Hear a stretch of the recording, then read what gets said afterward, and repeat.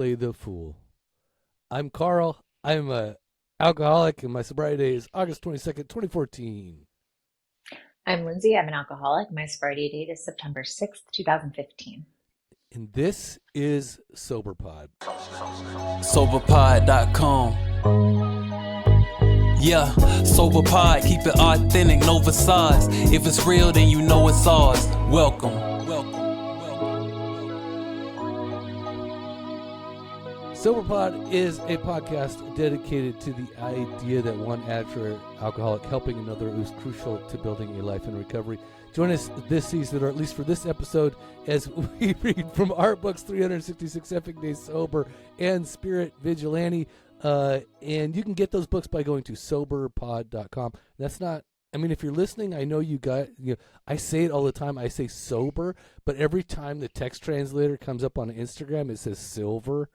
I was like, do I really say it? Do I really say it that bad? Right. So anyway, it's soberpod.com. And then you can go to thespiritvigilante.com and get those books as well. All right. So I am here with Lindsey. I don't know if you guys are listening, but last week I did an episode with Buddy C, an old friend that I met basically in 2019. And, we did some stuff on the internets. Like, he had his podcast, I came on his thing, he came on mine. Like COVID was fun, and because everybody was kind of online again, and so I got to know him a little bit through that. And so I decided that he texted me out of the blue the other day because I think he saw my cancer post, and he was just checking in on me. And then I said, hey, we should get together. And then, of course, we got together. It was really a spiritual kind of conversation because he's a spiritual dude, right? He definitely puts his tentacles in all these other philosophies and areas of recovery, which I really enjoy. So if you want to go back and listen to that, awesome. But otherwise, we are here with Lindsey, and we were just talking about topics. And because it is, of course, April Fool's Day, it's so funny. Like, I'm such a funny, jokey person, but I'm just not an April Foolsy kind of jokey person. Me neither. I feel like tricking people is like not like pranking people. Yeah, not my thing, right? It's not my thing. Yeah. It makes me cringe to even think about someone, even for a second, having that angst about whatever the prank is. Yeah. Like, I can't even, like, my stomach hurts thinking that they would be confused even for that one moment. So I'm on the same page with pranks. Yeah. I mean, I do like there. I had like this little monster with suction cups that you put in the toilet. When you lifted it up, like a monster would pop out at you. Like, I love doing that stuff. I love the idea of fake dog poop or vomit. I don't know, those kinds of things. But like, to actually like prank somebody and make them like scared of something just really bugs me, right? Because it's like, I guess I'm thinking of like the I'm pregnant or stuff like that. Stuff that's like, yeah. Oh my gosh, like, I don't like that. Yeah. I just had a client send me a picture of herself all bruised and cut up because she said, I'm going to be in late to the office today because I've been in a bike accident. And I fell for it. So because I totally forgot it was April Fool's. And so I would have fallen for it too. I know. So I'm like, oh my God, I'm so sorry. Like, you know what I mean? And then of course she sent a picture of like, after that, like, I'm magically healed. And I am like, oh God, we just got like, April Fooled, and so that was just not fun. Like, that's a lot of effort. Yeah. Well, I think it is something that she had happened to her in the past. Oh, and she took a picture of it. Right? Okay. I thought it was like she put on makeup and stuff. No, to fool you. Yeah, no, but it definitely was something that happened, no doubt, because it looked bad. She was all bruised and everything. I was like, oh, geez. But I do have a picture of myself in Riverside County Jail that I use a lot.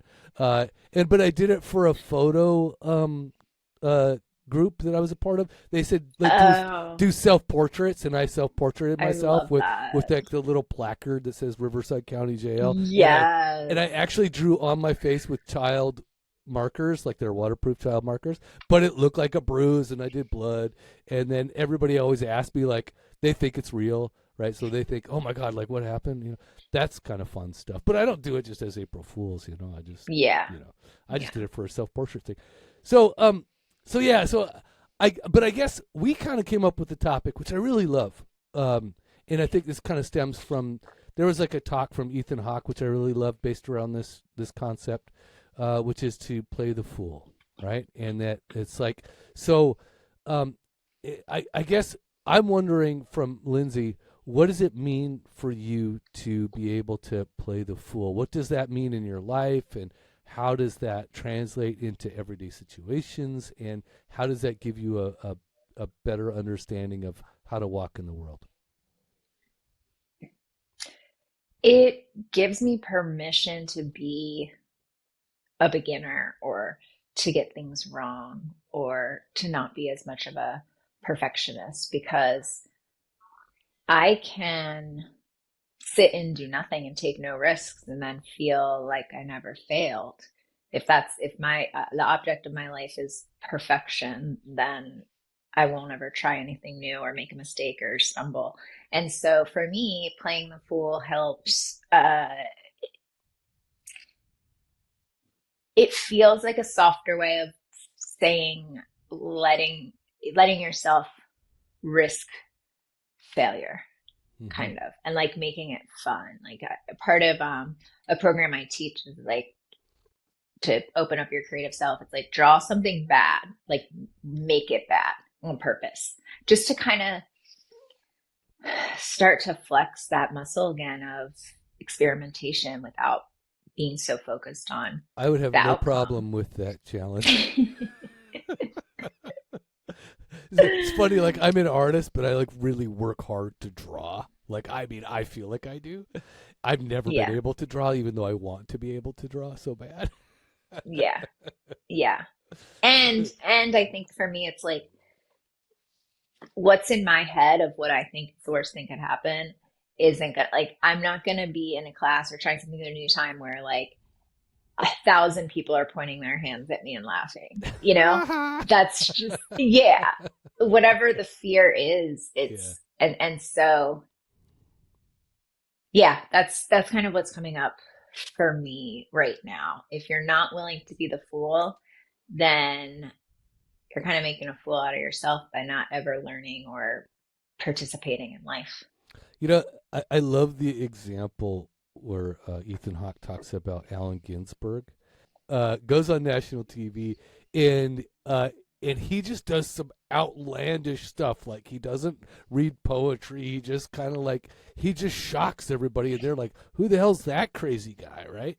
And then somebody asked him like, "Why did you do that?" And he was like, he goes back. He says, like, all these people are going to go to the water cooler on Monday mornings, and because if you just read the poetry, nobody would ever really care, right? Like, nobody would ever give a shit. But because he went out there and just absolutely made a fool of himself, everybody's going to be talking about him on Monday morning, right?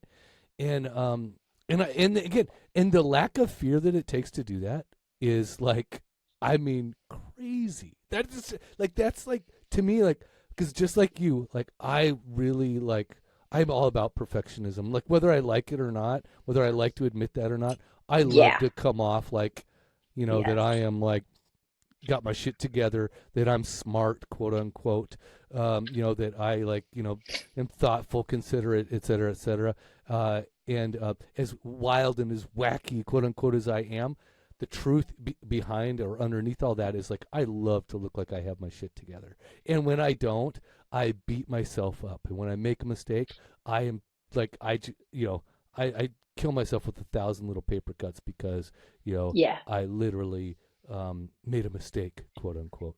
So I've watched like that Ethan Hawke talk. What's it called again? It was like how to like something for yourself and creativity. I forget what it was, but it's a TED talk from Ethan Hawke basically during COVID, and then his last little saying there is like, like basically just like giving you permission to play the fool, giving you permission to like do the things that you want to do, because ultimately, like, nobody else is watching. Yeah. Yeah. You know? And it's funny, Taylor Swift actually talked about it a little bit in her acceptance speech, I think for Best Artist of the Year, and says something to the effect of like, you all didn't see me in my room coming up with these songs struggling, not knowing how to play guitar.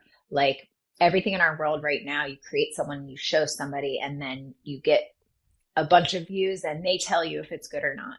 So she was talking about like letting yourself have these intimate moments with yourself where you can just be bad, depending on what you're experimenting with. So I thought that, but we can link that too. It was very moving. Yeah, I learned a lot I'm still learning a lot. Actually, I'm really glad we're having this conversation. It's funny, like we're like sitting here talking like this, and it's like at no point have we talked about recovery in this process, right? Right, which is kind of beautiful, to be honest. But the fact is, like, in improv, like I got into improv because I found out that I was and this is like talking to my current sponsor. So this is, I guess, how it goes back into recovery. I was talking to my current sponsor, and this is like maybe about 3 years ago, and I was getting to know him better because my previous sponsor passed, and so I was like, all right, I better invest some time with this new sponsor, right? Because hopefully he doesn't die soon. And he asked me the question of like, what do you do for fun?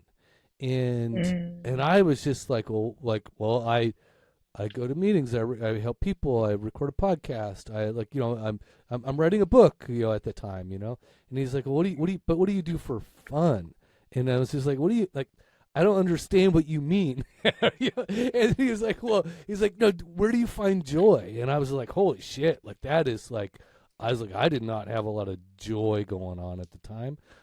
Again, I lost my sponsor. I was really kind of in my own thing, and we all came out of COVID basically at some point, and like transitioning to a new world. I was losing jobs, and I was like, geez, So, but one of the things that happened is during that conversation, it kind of pushed me to go into improv, and because it's something I've always wanted to do, but I never really like took or made an effort to do that. Yeah. But when I got into it, let me just say, like, I didn't like. I was very happy in my recovery bubble, doing recovery things and feeling very confident about myself in recovery, being able to speak in a meeting, talk about what we talk about, et cetera, doing like, helping others, all this other good stuff. And then I got put into an environment where completely shook my like little fear foundation.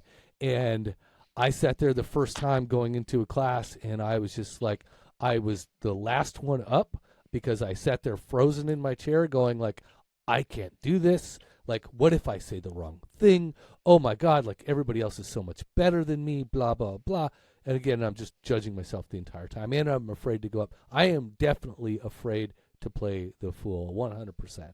And then, and by the end of the class, I basically said, well, what am I doing sitting here? What am I really doing? And I'm like, I'm trying to find joy. I'm trying to participate, but I'm locked in my chair, and I'm like, well, okay, first things first, get out of your chair and go. So when the next rounds happened, I wasn't last, but I wasn't first.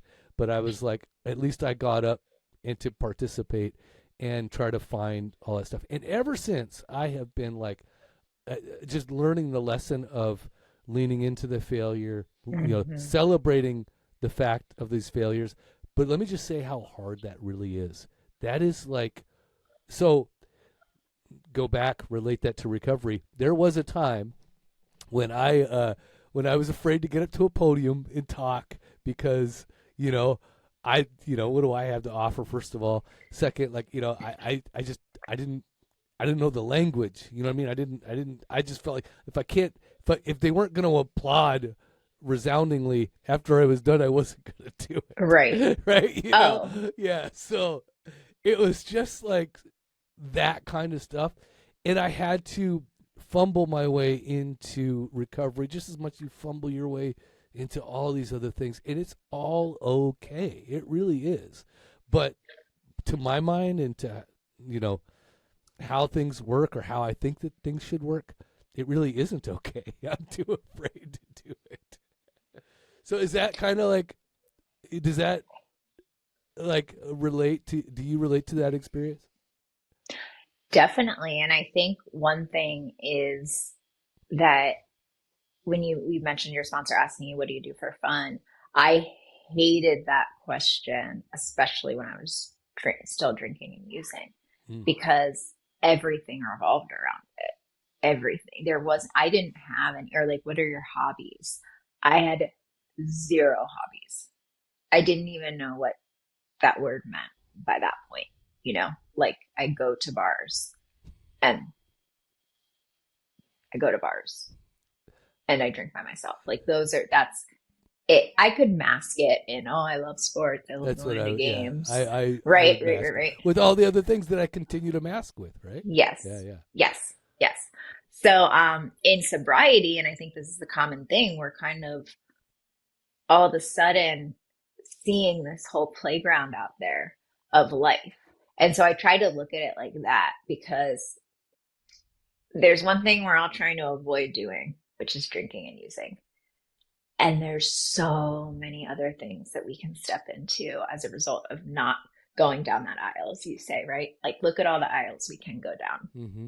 So, yeah, I had to just start trying things to figure out what I do like. But I was so, oh my gosh, I go into every class or experience thinking like, for example, if I go to a pottery class or something, I'm probably just an undiscovered prodigy in this field. And I just haven't been, I just haven't accessed Just haven't that had the part of right me tools to operate with. Yes. Yeah. Like, I want to be the best at it right away, or else I don't really have any interest, And so through teaching myself guitar,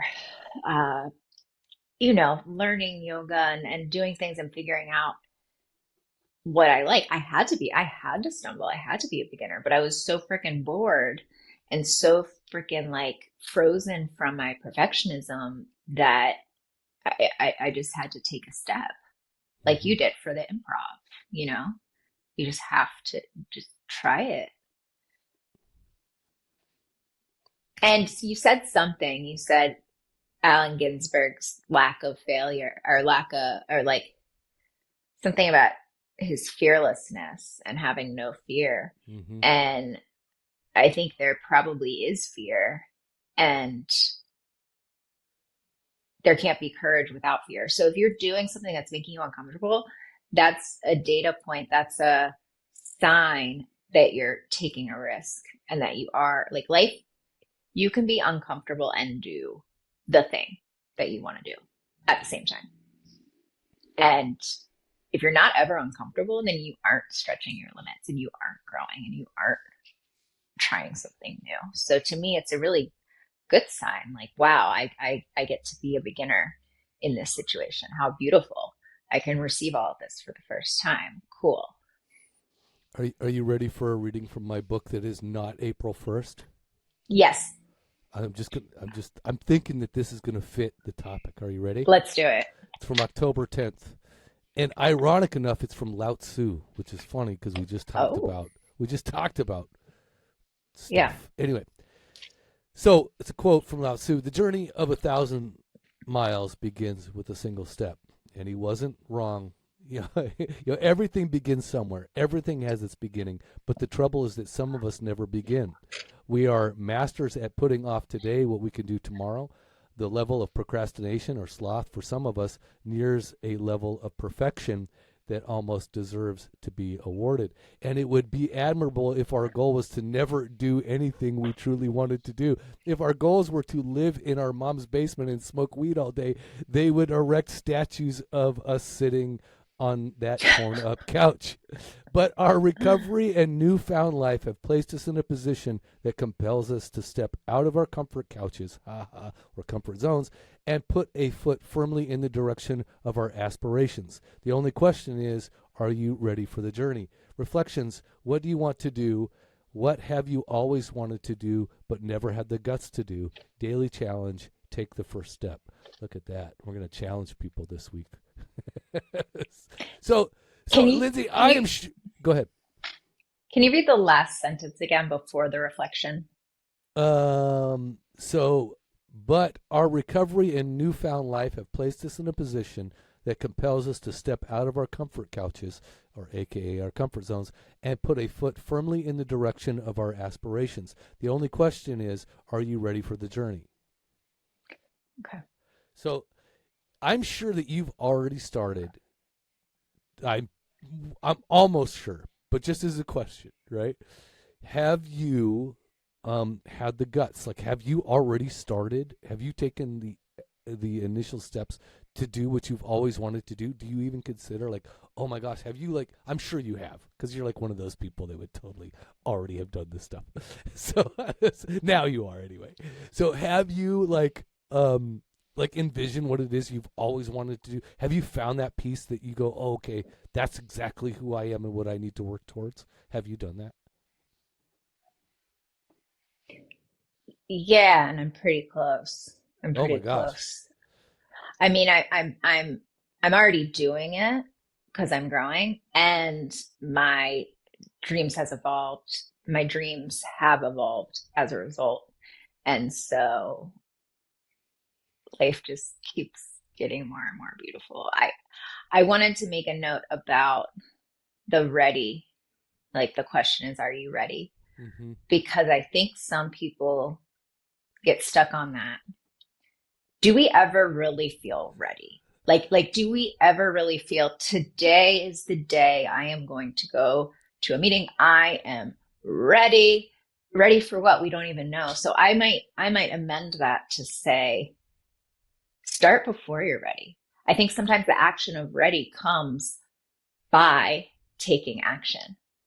And then you prove that you're ready, and then you take more action. I agree. So Now I'm gonna have to edit this fucking entry. I hate you now. So no, I totally agree. I totally agree. But again, I think it's also asking the question, like, are you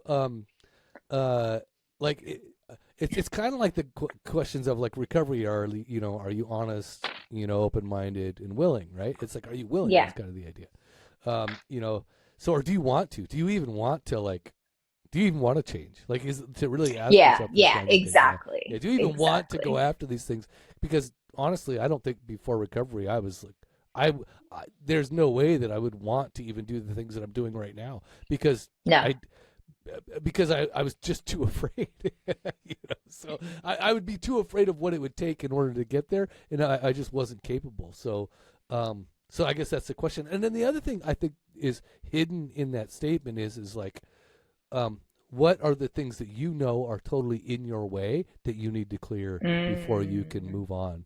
Like, I think there's another level to that, like getting ready statement, right? It's like, for me, it was like, I needed to clean house, right? Like I needed to stand on solid ground before I could do these other things. It's kind of like, what is it? Maslow's hierarchy of needs. It's kind of like that. Like I had no ability to, like, I would have never wrote this book if I didn't have the emotional maturity to sit down.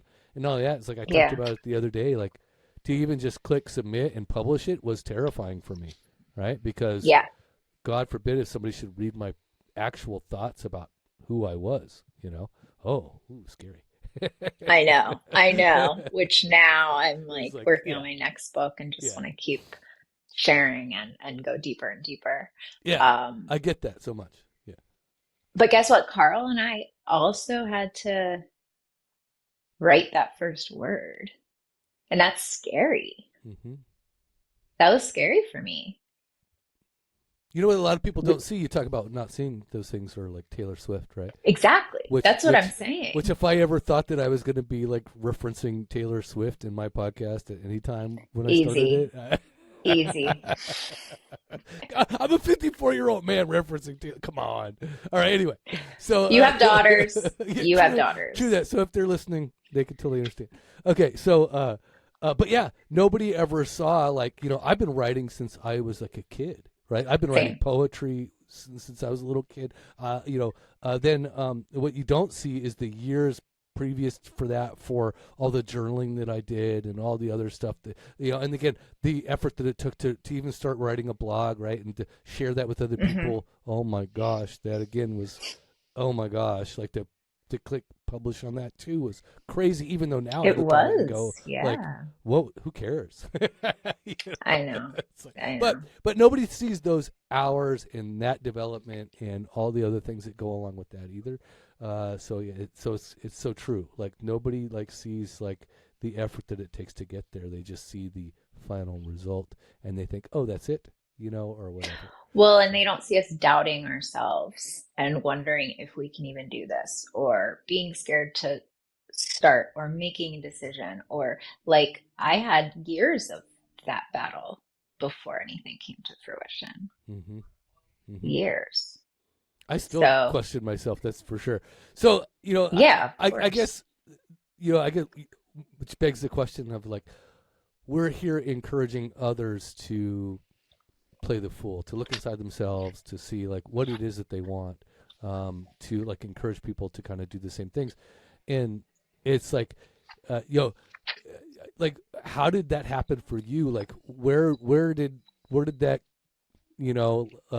ability to step in and play the fool, quote unquote, happen for you? How did that happen? What changed for you in order to make that happen?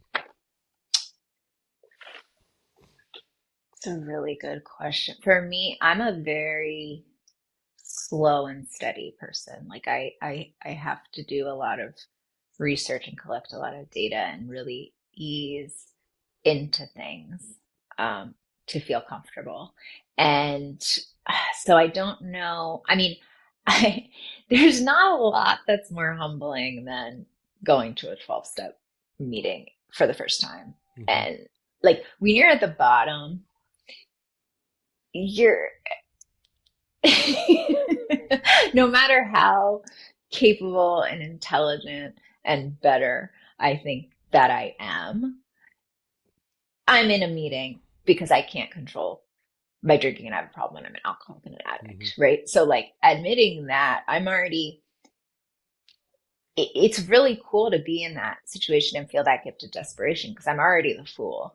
So let's just be the fool. Like, let me just be that in all areas of my life. Not in a way of like not taking it seriously, but just be a beginner and let yourself. So I don't know if it was so much of a function of something I did or practiced more than life beating me down and me kind of like using that nudging of the door open to explore different things.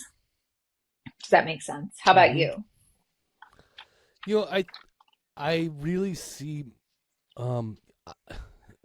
I needed to communicate with other people and I didn't know how, right? Like, as mm-hmm. again, I had drank myself into isolation.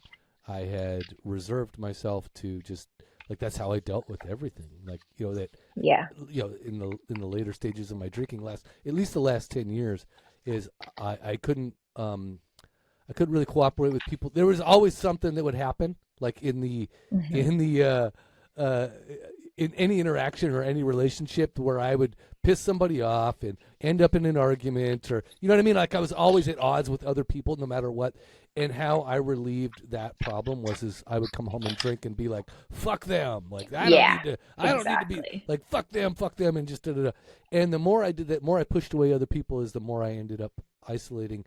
And then, but what I found out is like, so as I got sober, one of the things that really changed for me was as I started to understand who I was and my needs and my emotional needs, right? Like how I needed to connect and move in the world. And I didn't realize like, and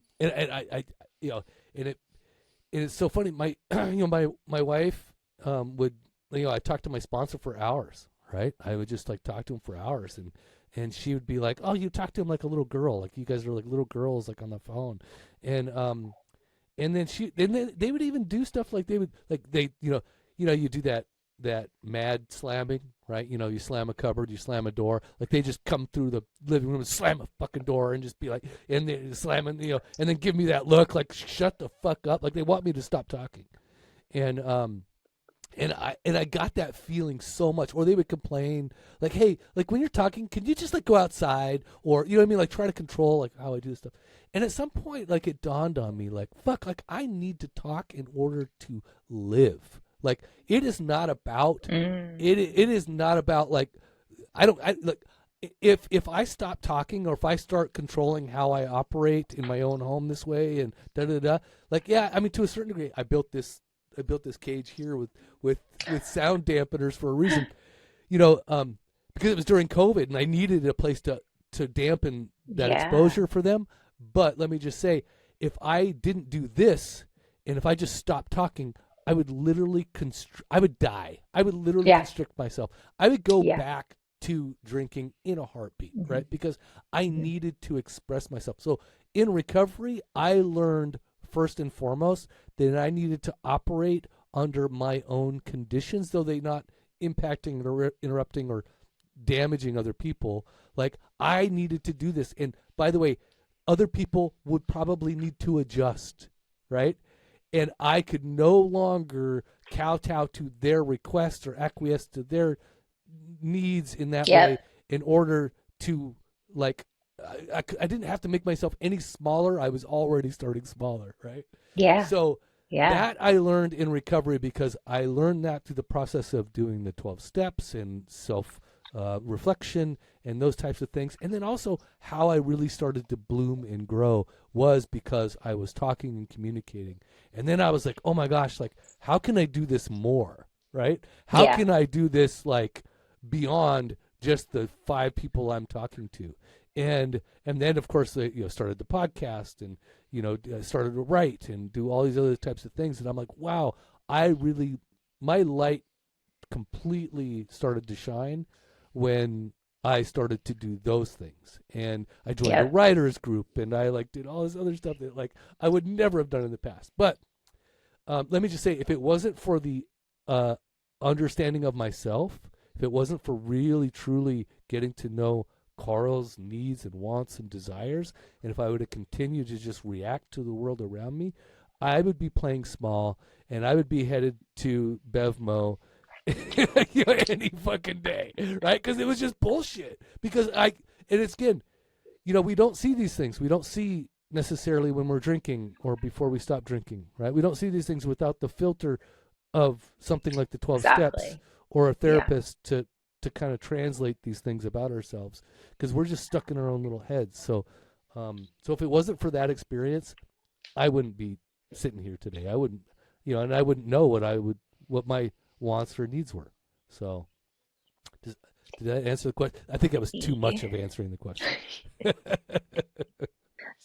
So you said, by talking to people, you learn. And I think that in order to know what we want and need, we cannot know that unless we are in vivo, in the world, experiencing things and learning what we like and don't like. That's not going to come to us like sitting alone and not participating. So I guess what I'm trying to say, we also need to be witnessed by others and to witness others. And I used to really think, I really did want to be an island. Like, I was, the lone wolf, all of those tropes about just I'm meant to be alone, and, just all of the sadness. And I think one of the chapters in my book talks about connection and connecting with others. And I think I even quote, "No man is an island." And we learn who we are in our relationships with others, because there has to be like a compare and contrast. If we're not interacting, there's no substance to even be looked at. If like I always say, this would be a great world if it wasn't for people. But the fact is like, I would want to live in it if there wasn't people. I got a quote that I think you're going to totally love. Are you ready? Okay, yeah. I wrote this in my ACA book because it totally fits to a certain degree, which is, "It is a joy to be hidden and a disaster not to be found." Right? And that is from D.W. Winnicott. So it is a joy to be hidden and a disaster not to be found, which is absolutely like kind of what you're talking about in a sense, right?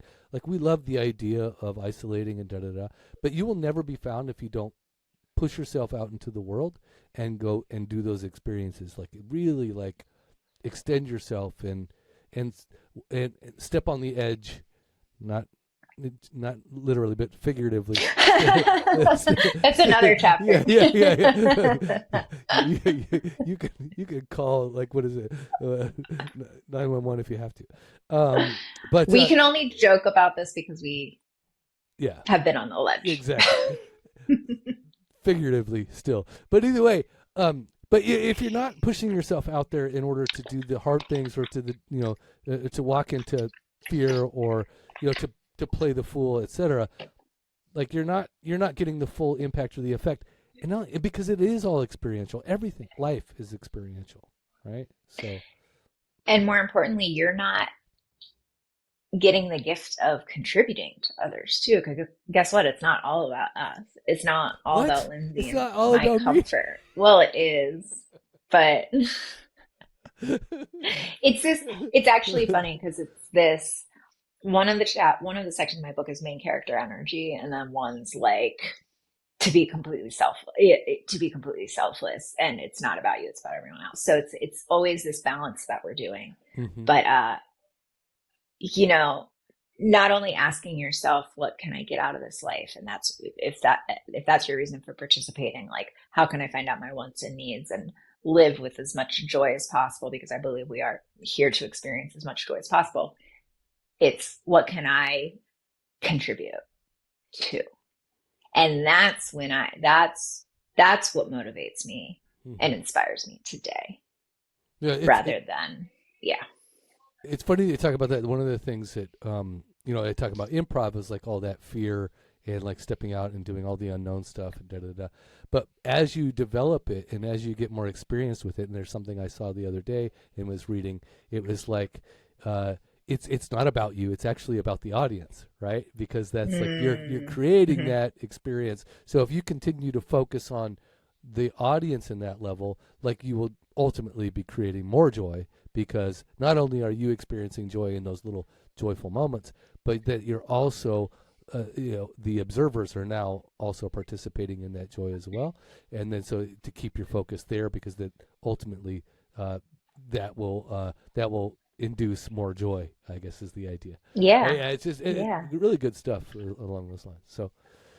So Lindsey, I guess we talk about like playing the fool and da da da, and there's so many fears like that. Everybody has different kinds of fears, right? Like everybody has, what do they say? Like fear of public speaking is like number one, right? Over death. Yeah, over death. Like people would much rather go. So, and I guess there's a lot in that about playing the fool, right? Because that's just literally like I think it paints a real heavy picture. So, like, what did you find to be like, again, the greatest like catalyst for you to begin to be able to do that, or are you still struggling in playing the fool? I think we always are. I don't know that I ever want to not be struggling with that. I don't know if I ever want to be at a point where I can't be the fool anymore, because I think we're always evolving. And that actually leads to something I'll read from my book in the evolved phase. And here we go. I have met many people who are experts in their fields, niches, specialties, who cannot be told anything new. They know it all. They focus their lives on teaching their message and sometimes become so passionate that they believe and advise their way as the only way. But to grow and evolve and continue learning, we must maintain a beginner's mind. Whether I'm teaching a course, giving a talk, presenting a workshop, or leading a committee, I am still a student. We all have such varying gifts to offer one another, and our ongoing interactions facilitate the opportunity to continue exchanging ideas, energy, and passion. No matter how much you know about a subject or how much you think you know, there's always more to learn. You can always make a choice to view things from an alternative perspective. This is the difference between knowledge and wisdom. When we stop learning, we stop growing, and more importantly, we can stunt others' growth in the process. All that I offer in this book are suggestions. Use what works, forget what doesn't. Take what you need and leave the rest. I don't know if that answers your question directly. All of that to say, I welcome, not that it's always easy and fun to be the newest thing and newest person at the room at something, but I welcome that now. I am learning to embrace it better. Yeah.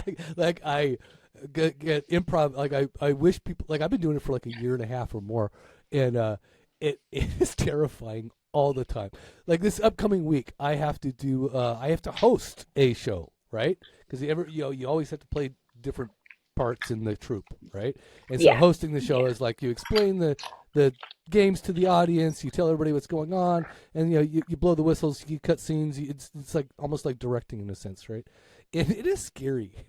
Like to be like, because it's one thing to get up there and be silly, create a character, do whatever, but it's another thing to host, quote unquote. And I do have a partner who's going to be hosting with me, which is great because I'm getting taught the lessons, right?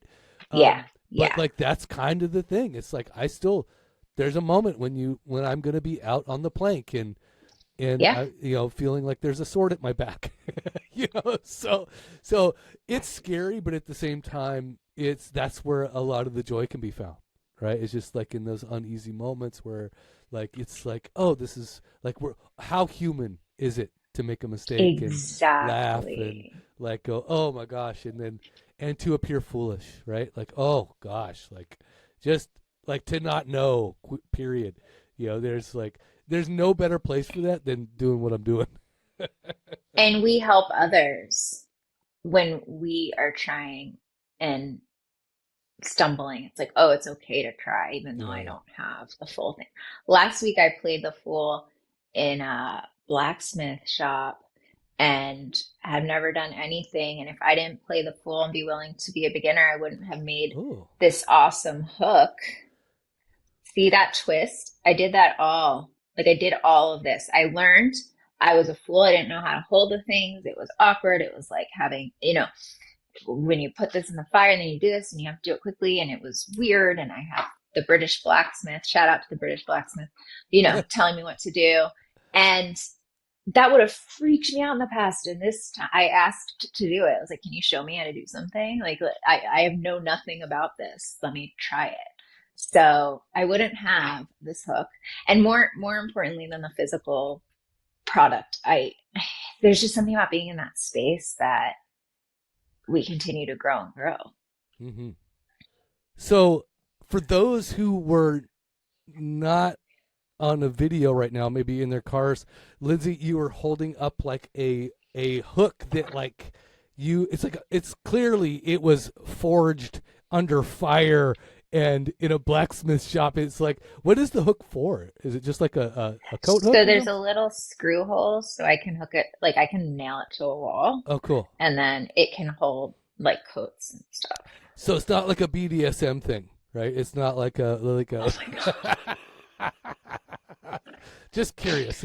So no. I'm going to encourage people to actually go to YouTube and see the hook for themselves so that they can. I'm going to literally tag the British blacksmith because he helped me make this. He was such a good teacher. Cool deal. So I guess ultimately, looking at the person in recovery, I guess, it's so funny. We talk about sober pod. I always used to always consider like, oh, I need to be focused on the newcomer and I need to be focused on the people that are just getting sober.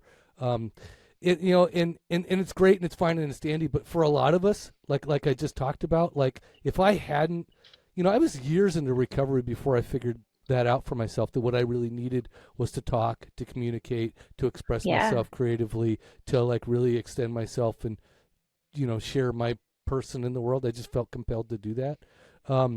And when I look back on it, it is very necessary. It is not an unnecessary thing to do that creatively. It is very much part of my fiber in being, and it's a absolute need to do that. So those of you that are in recovery, you've been doing this for a year or a couple years or whatever, and maybe you still haven't figured out your inner footing yet. Like, this is for you. This is the message to go out to you to say, do something about that desire before it's too late or before it turns you back to, playing small and being, quiet or not doing the thing or not seeking joy or living in a life with less joy, right? So that's my advice to that person. Lindsey, who do you think that this episode would best be targeted to?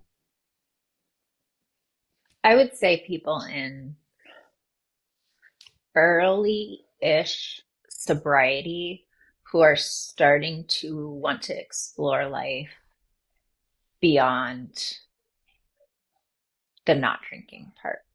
So maybe feeling a little bored, like, okay, I'm sober. And now that I'm sober, how can I live, right? That was just the first part to me. That wasn't the end. So people who are pretty comfortable in their sobriety and we all want to find your way back to yourself because that's what you're doing. That's what whether you realize it or not, like we're returning to our true self. And we can only do that by experimenting. So yeah, I'd say early sobriety or late sobriety as a reminder. You know, we can all be on day one again with something. Mm-hmm. So Lindsey, I guess to wrap it up and to put it into bow, I do want to know what is the playing the fool. What is the primary lesson that you get out of playing the fool? Oh, that's a good one.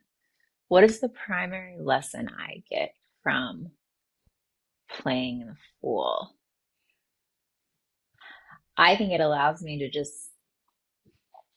do more and more and more exponentially because once you're not scared of being a fool anymore and you've done it, then who cares? You know, like you almost desensitize yourself from that. So you never know what you're going to get out of it. Like I use the blacksmithing as an example. It's not about the hook I made. It's about the blenders and whatever the skill is, you're learning just by being in that position of learning. Like that's the growth, right? So yeah, just being open to it more and more and saying yes to things, even if I don't completely feel ready. Yeah, that's the gift. So if I'm hearing you right, basically the primary lesson is that you learn how to learn better, or you learn how to be more. Well, mainly like it's not about what you're learning. Like a lot of I felt this way in school a lot too. Like, how am I ever going to use this again? But it's not necessarily about the outcome and the result of what you're learning as it is to be able to take in that information and to follow an example or model somebody or be alongside somebody. So you don't need to have a reason to go to that pottery class or write that poem, or just the act of learning how to do it is the gift, is the growth. And that's how we end the show.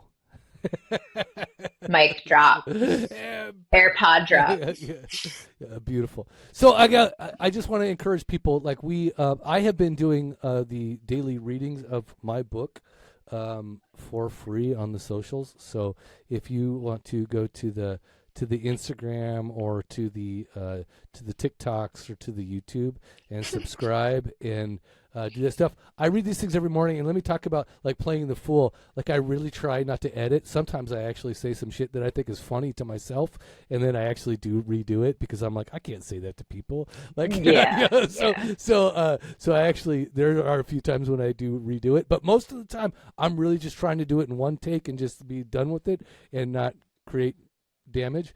But it is fun. Let me just say, it has been a really fun experience for me to read these things and to see people's reactions. Oh, can I share like a little something that happened to me though?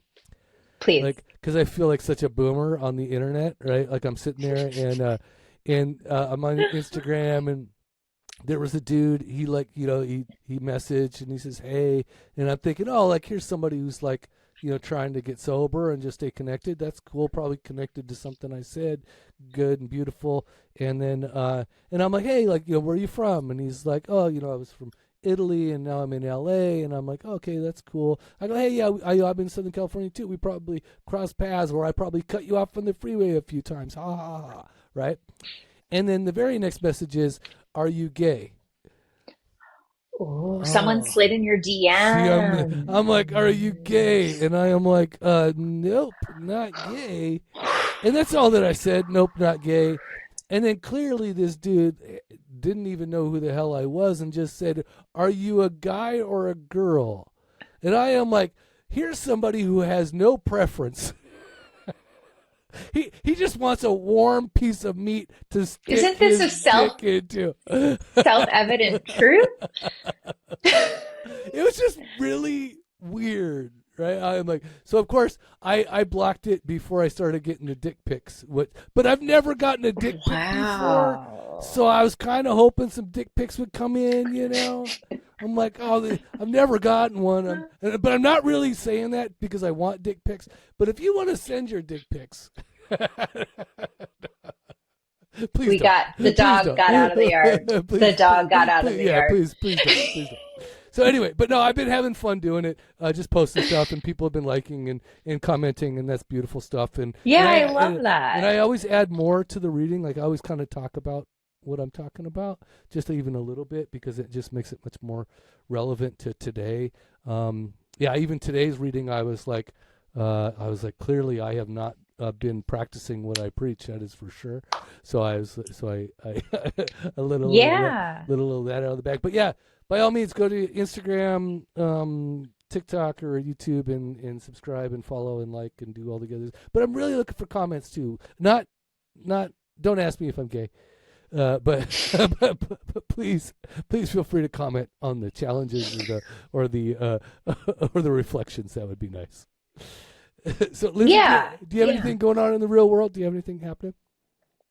I do. It's in the physical real world, though. So it's going to be in Rockville, Maryland, in person. So I don't know how relevant, but it's going to be an 8-week group on Wednesday afternoons that it's called Insight to Impact. So it's actually really apropos for what we're talking about, because I think sometimes we're in the knowledge phase and we know a lot of things and we've thought about a lot of things and we're intelligent, we're high achievers, and we're stuck there in that, analysis paralysis without taking action. So it's how to move from insight to impact and really break those patterns and what's keeping you stuck.